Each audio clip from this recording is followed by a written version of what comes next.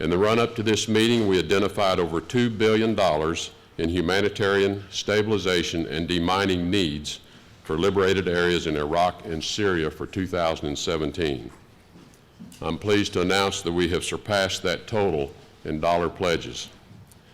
Let's fulfill our pledges so we can quickly disperse the funds we need to carry out operations for the rest of the year.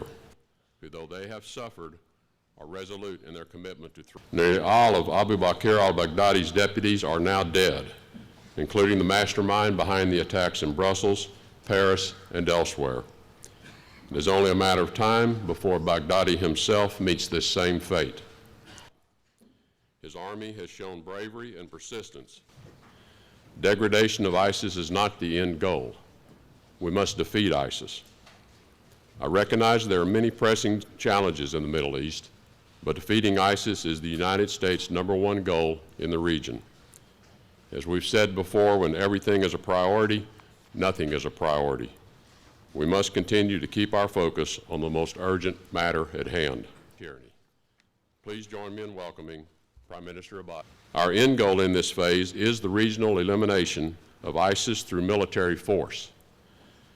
The military power of the coalition will remain where this fraudulent caliphate has existed in order to set the conditions for a full recovery from the tyranny of ISIS.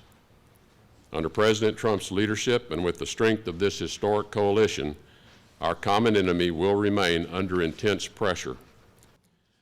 As I mentioned in my remarks, our next speaker is, as a coalition, we are not in the business of nation building or reconstruction.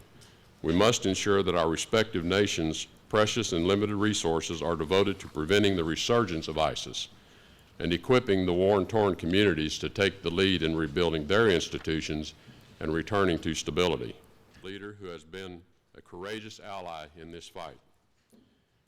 The United States will do its part, but the circumstances on the ground require more from all of you. I ask each country to examine how it can best support these vital stabilization efforts, especially in regard to contribution of military and financial resources.